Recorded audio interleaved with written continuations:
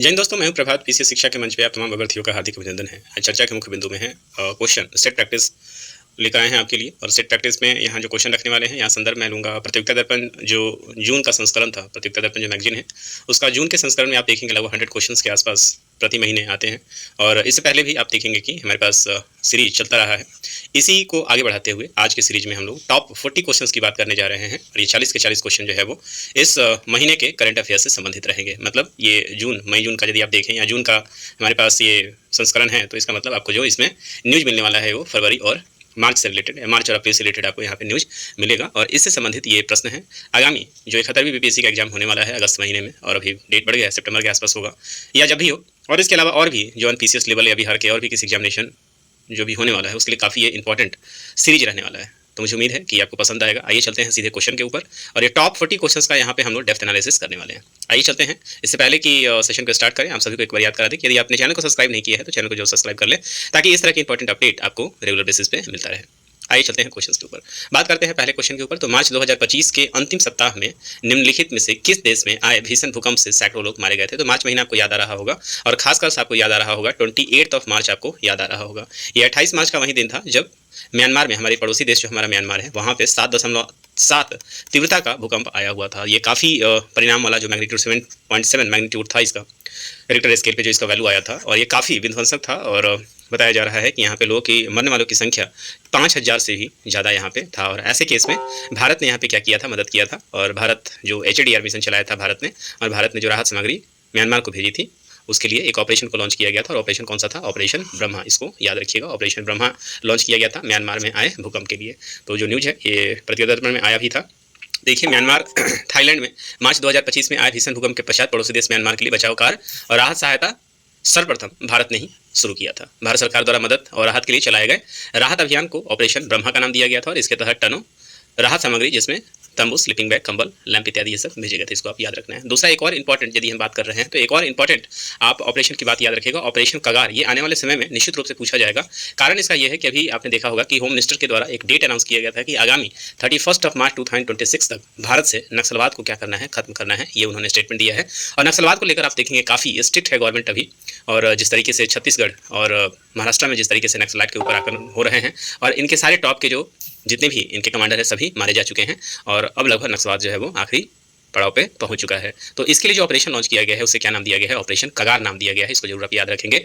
छत्तीसगढ़ में नक्सली हिंसा पर नियंत्रण के लिए माओवादी नक्सलियों के विरुद्ध पुलिस एवं अन्य सशस्त्र बलों द्वारा चलाए जा रहे अभियान को ऑपरेशन कगार का नाम दिया गया है। और बात करेंगे कि अभी जिस समय लेक्चर रिकॉर्ड कर रहा हूँ ये जून महीना है, और जून का ये 27 तारीख है। और इस समय जो सबसे इंपॉर्टेंट जो मिशन भारत ने स्टार्ट किया था हाल फिलहाल में, आपने देखा होगा कि ईरान के अटैक के समय जो है अपने भारतीयों को निकालने के लिए कौन सा ऑपरेशन है? तो ऑपरेशन सिंधु भारत ने लॉन्च किया है। इसको आप जरूर याद रखेंगे। इसके अलावा हमने इसके ऊपर सेशन भी किया है।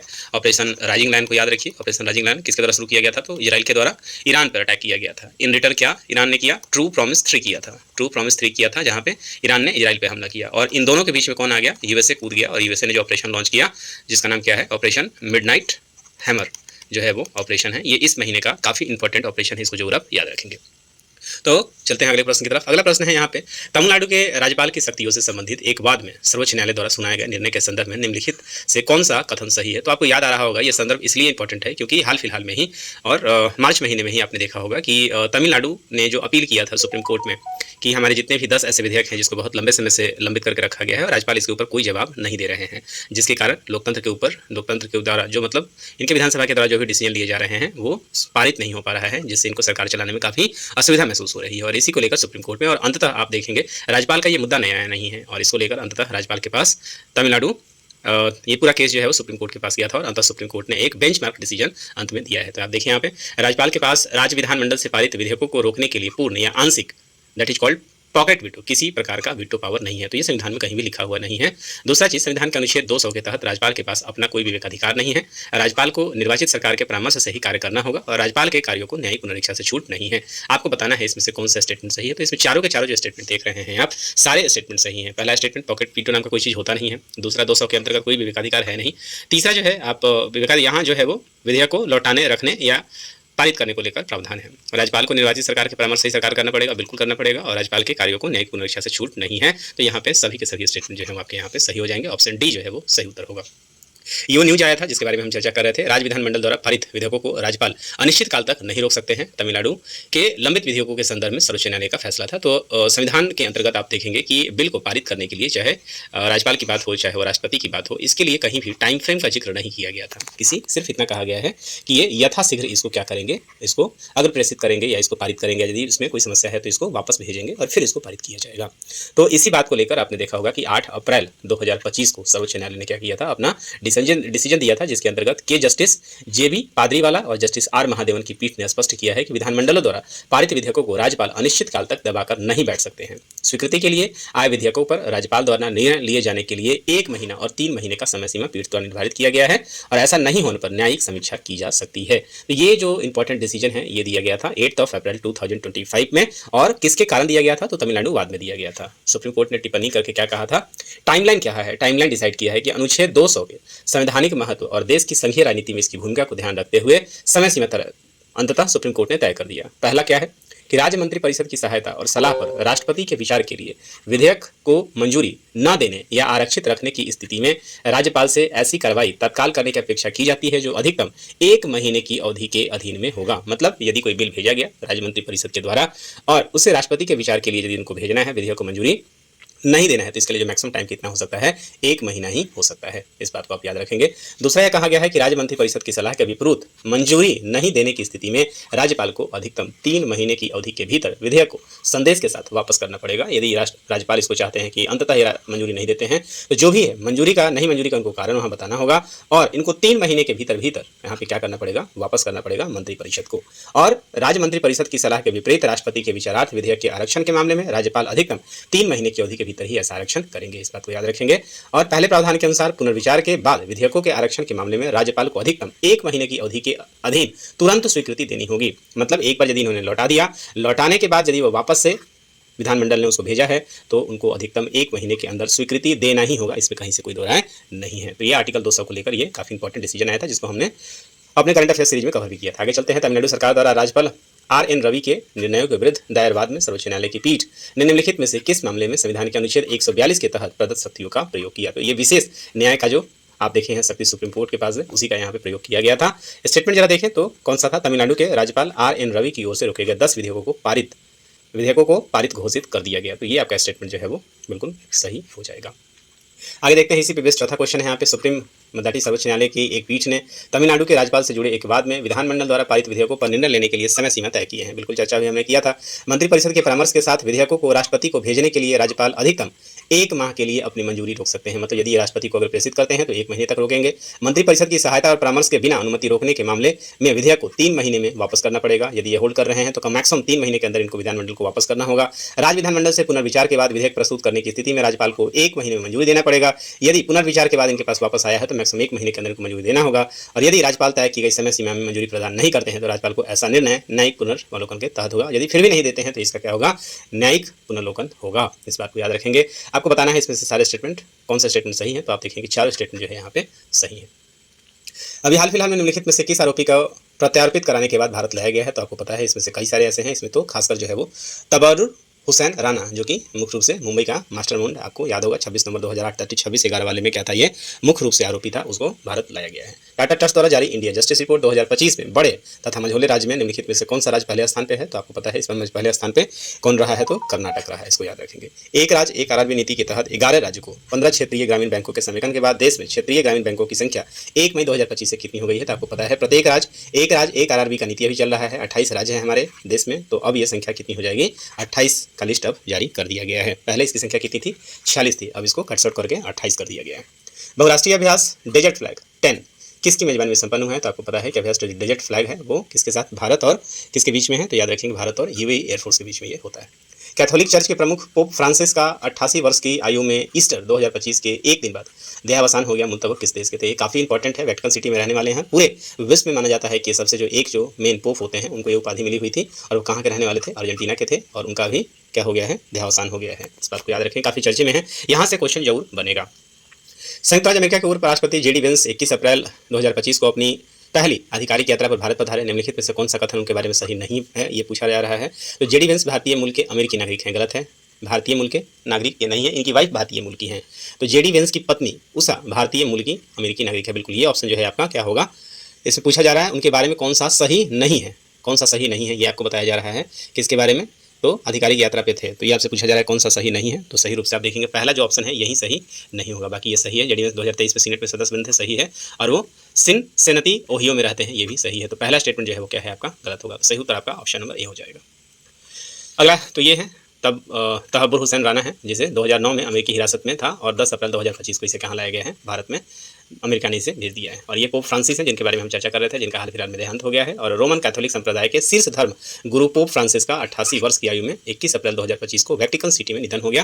ये दुनिया का सबसे छोटा सिटी है, इसको याद रखिएगा। और यहाँ पे आप देखेंगे कि पोप फ्रांसिस का निधन हो गया है। अर्जेंटीना में ब्यूनस आयर्स में दिसंबर 1936 में इनका जन्म हुआ था और इनका मूल नाम जॉर्ज मैरियो बर्गो गालियो था। इस बात को भी याद रखेंगे। पोप का दर्जा पाने वाले पहले लैटिन अमेरिकन थे, इस चीज़ को भी आप याद रखेंगे। इसके लिए आप यहाँ पे यदि आप देख रहे हैं तो 2013 में जो है वो क्या मिले थे, उन्हें विश्व के 1.2 अरब कैथोलिकों ने नया पोप चुना था। इस बात को भी आप याद रखेंगे। पोप फ्रांसिस के निधन के बाद 9 दिन के शोक ली लोवेंड्रियल अवधि के पश्चात विश्व भर में कार्डिनल्स वेटिकन में सिस्टीन चैपल में गुप्त मतदान की प्रक्रिया के द्वारा नए पोप का चुनाव करेंगे। 70 देशों के 252 कार्डिनल्स में से 80 वर्ष से कम उम्र के 135 कार्डिनल नए पोप के चुनाव करने में मतदान के पात्र हैं। इसमें 4 भारतीय। यहाँ से क्वेश्चन बना हुआ है, इसलिए मैंने इस टॉपिक को यहाँ पे आपके समक्ष रखा है। आइए देखते हैं। आरआरबी की जो बात मैं कर रहा था, तो आरआरबी को लेकर आपने देखा होगा कि पहले से ही बात चल रहा था, जहाँ पे विलय की बात की जा रही थी। तो अंततः ये विलय जो है वो अब हो गया है। पहले इसकी संख्या, इसके पहले जो मर्जिंग हुआ था वो 43 था और अंततः आप देखेंगे 1 मई 2025 से 26 राज्य और 2 केंद्र शासित क्षेत्र में 28 जो है अब इनकी संख्या रह जाएगी, जिनकी 700 जिलों में 22,000 से अधिक शाखाएं हैं, जिनसे लगभग 92% शाखाएं ग्रामीण अर्ध शहरी क्षेत्रों में हैं। तो ये जो है वो पूरा लिस्ट है। 1 मई से कितने हो जाएंगे, 28 आरआरबी जो है वो अब एक्टिव हो गए हैं। तो इस बात को भी आप याद रखेंगे। यहाँ से क्वेश्चन पूछने की संभावना है और खासकर बैंकिंग के सेक्टर में आप देखेंगे ऐसे क्वेश्चन ज़्यादा पूछे जाते हैं। आगे देखते हैं। नए पोप के चुनाव के संदर्भ में निम्नलिखित तथ्यों पर विचार करना है। नए पोप का चुनाव विश्व भर के 80 वर्ष से कम आयु के 138 कार्डिनलों द्वारा किया जाता है। यही मैंने बात किया था। वर्तमान में अप्रैल 2025 में भारत के कुल 6 कार्डिनल हैं। 6 नहीं, यहाँ पे कितने हैं, 4 हैं। भारत कुल तो 6 हैं, ठीक है, ये ऑप्शन सही है। भारत के 4 कार्डिनल ही पोप के चुनाव में भाग ले सकते हैं, ये सही है। जॉर्ज एलेनचीट तथा ऑसवाल्ड ग्रेसियस नए पोप के चुनाव में भाग लेने के लिए अर्ह नहीं है, क्योंकि उम्र 80 वर्ष से अधिक है। तो आपको बताना है इसमें से कौन सा उत्तर जो है वो क्या है, सही कूट क्या है। सही उत्तर आपको यहाँ पे बताना है। तो सही उत्तर आपका क्या हो जाएगा यहाँ पे, ऑप्शन नंबर डी। 1 2 3 4 सभी यहाँ पे सही है। निम्नलिखित राष्ट्रीय पार्कों अभ्यारण्यों पर विचार कीजिए। बांधवगढ़, कूनो, पन्ना और गांधी सागर निम्नलिखित में से किससे विदेशों से लाए गए चीतों को बसाया गया है। तो आपको पता है कूनो राष्ट्रीय उद्यान में बसाया गया था और इनको शिफ्ट कहाँ जा रहा है, गुजरात के गांधी सागर में भी शिफ्ट किया जा रहा है। तो इसको आप याद रखेंगे। सही उत्तर ऑप्शन नंबर 2 और 4 जो है आपका क्या हो जाएगा, सही उत्तर हो जाएगा। इस बात को भी आप याद रखेंगे। आगे चलते हैं। चीतों के पुनर्वास के संदर्भ में निम्नलिखित कथनों पर विचार कीजिए। IUCN that is international union for conservation of nature के प्रोटोकॉल के अनुसार यदि किसी क्षेत्र में वन्य जीवों का पुनर्वास किया जाता है तो वहाँ 2 उप प्रजातियों को एक साथ नहीं रखा जा सकता है। दक्षिण अफ्रीका और बोत्सवाना के चीते एक ही उप प्रजातियों के हैं। सही कूट यहाँ पे कौन सा है आपको बताना है। तो यहाँ पे दोनों ही जो स्टेटमेंट है वो स्टेटमेंट आपको यहाँ पे सही है, इसलिए ऑप्शन सी जो है वो सही उत्तर हो जाएगा। और ये चर्चा में क्यों है, क्योंकि हाल फिलहाल में आपने देखा होगा बोत्सवाना से चीते आए थे और दक्षिण अफ्रीका से चीते आए थे और कई सारे चीताओं को यहाँ पे मौत हुआ था इस बात को लेकर, और उन्हें शिफ्ट किया जा रहा है कहाँ पे, गांधी सागर अभ्यारण्य। इस बात के लिए ये चर्चे में है।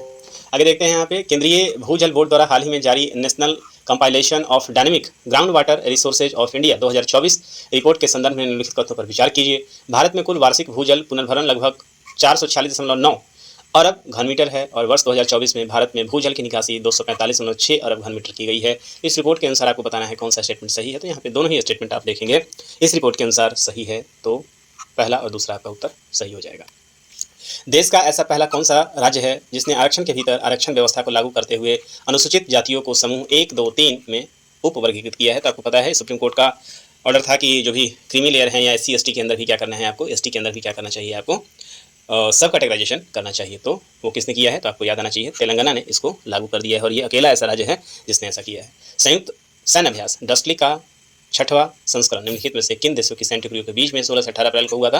तो डस्टलिक भारत और किसके बीच में होता है, उज्बेकिस्तान के बीच में होता है। इस बात को आप याद रखेंगे। समाचार की सुर्खियों में रहा आयरन वुड क्या है, तो ये एक क्या है, विशेष प्रकार का क्या है, कंप्यूटर चिप है। इसको आप याद रखेंगे। ये विशेष प्रकार का कैसा है, कंप्यूटर चिप है और ये पहला प्रोटोटाइप फास्ट आप देखेंगे कि यहाँ पे गूगल के द्वारा 7वीं पीढ़ी का TPU कहा जाता है इसको, जिसको हम लोग टीजर प्रोसेसिंग यूनिट कहा जाता है, दैट इज कॉल्ड TPU।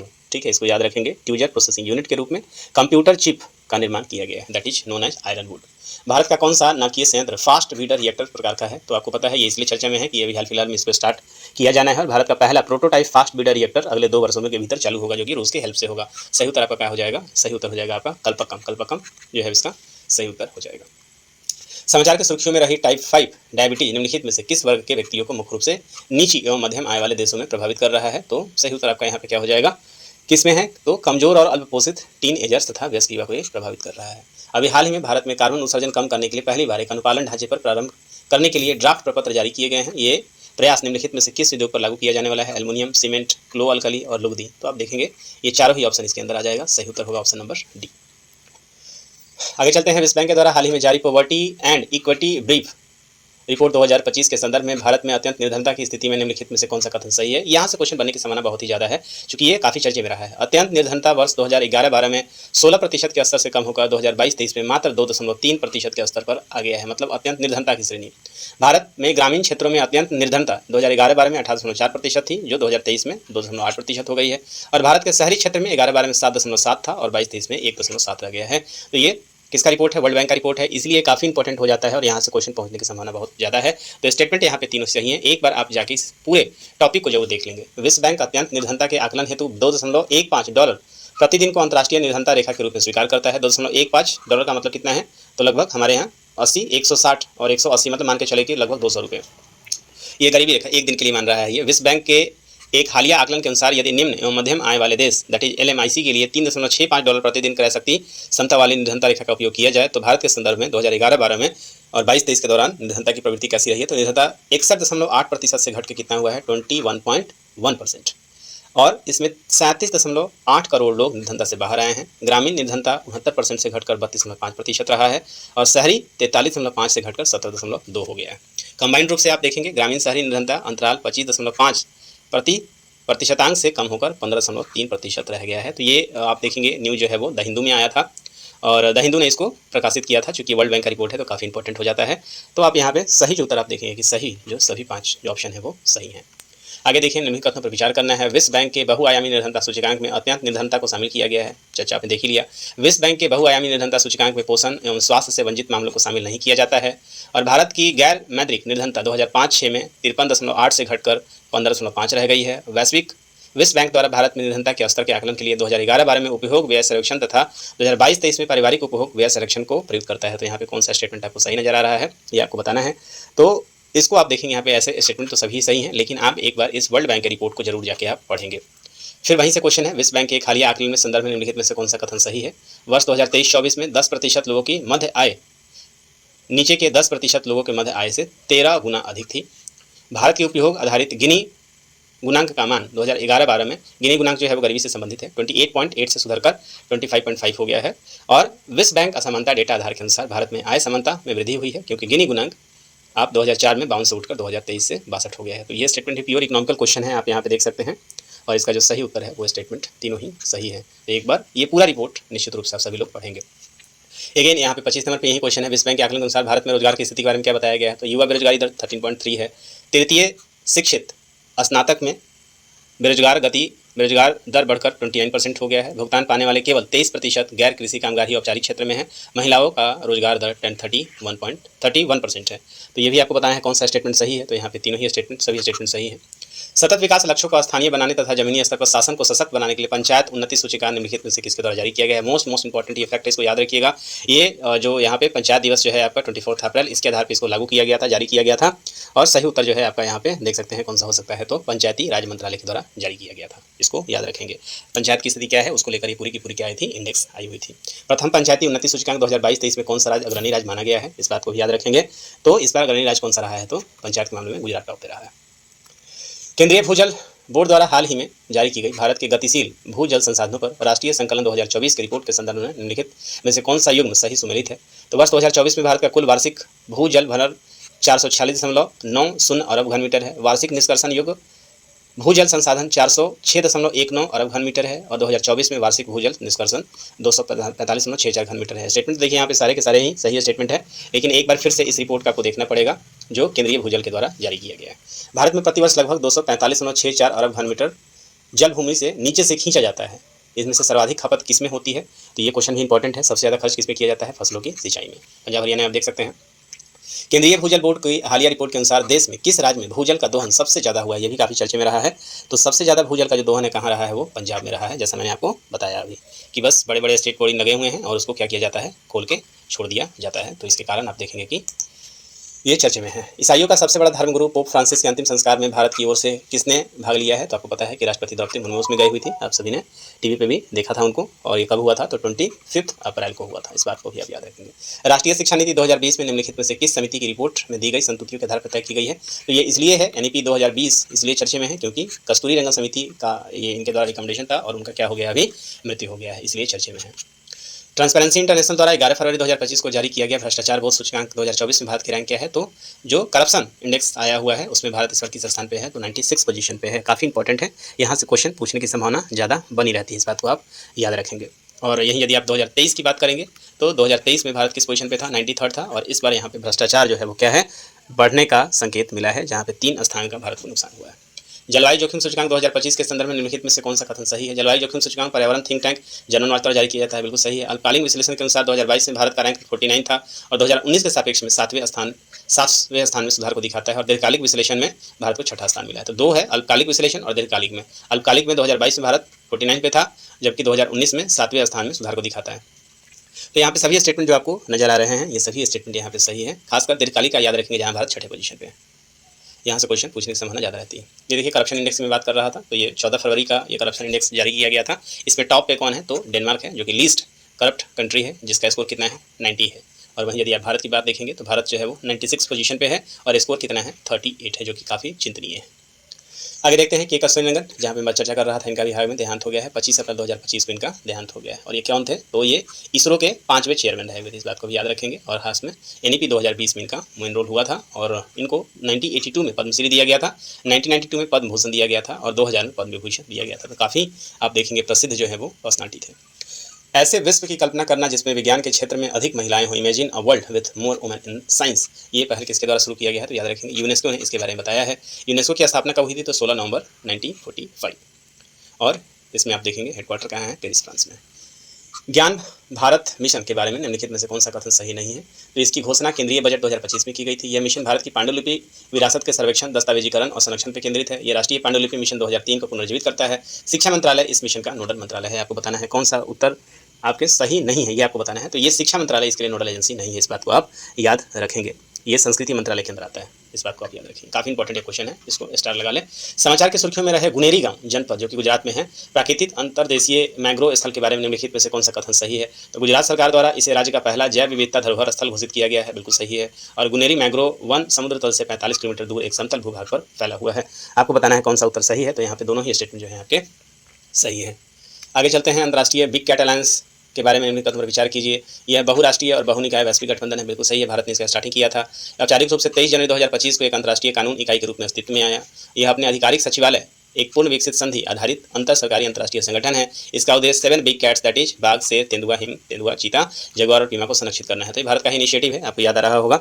सही उत्तर आपका हो जाएगा ऑप्शन डी, सभी सही है यहाँ पे। भारत का पहला बायो बैंक कहाँ स्थापित किया है? मोस्ट इंपॉर्टेंट ये फैक्ट है। तो भारत का पहला बायो बैंक कहाँ स्थापित किया गया है? तो ये Padmaja Naidu Himalayan zoological park Darjeeling में स्थापित किया गया है, याद रखेंगे। और आखिरी प्रश्न पे चलते हैं। समाचार में सुर्खियों में वैभव सूर्यवंशी के बारे में बताइए। उन्होंने IPL के टूर्नामेंट में 2025 में मात्र 35 गेंदों में शतक लगाया है। IPL टूर्नामेंट 2025 में राजस्थान रॉयल्स की तरफ से टीम में थे। इतिहास में सबसे कम गेंदों में शतक लगाने वाले पहले भारतीय बल्लेबाज हैं और मूलतः कहाँ हैं? बिहार राज्य के निवासी हैं। और नीतीश कुमार इनको 10 लाख रुपये पुरस्कार दिए हैं। समस्तीपुर के ताजपुर के हैं ये। तो बिल्कुल ये आपको सामने नजर आ रहा है, वैभव सूर्यवंशी काफ़ी चर्चे में है इस बार और सभी स्टेटमेंट जो है वो सही है। तो इस तरीके से हमने यहाँ पे अपने इस सेट प्रैक्टिस में 40 प्रश्नों का उत्तर देखा है, जो अत्यंत ही महत्वपूर्ण थे। मुझे उम्मीद है आपको समझ में आया होगा। और यदि आपको समझ में आया है तो निश्चित रूप से अपने दोस्तों के बीच में इसे शेयर करें और लाइक करें, कमेंट करें। तो इस सेशन में इतना ही, मिलेंगे आपसे अगले सेशन में। तब तक लीजिए मुझे इजाज़त। साइनिंग ऑफ, दिस इज प्रभात। जय हिंद।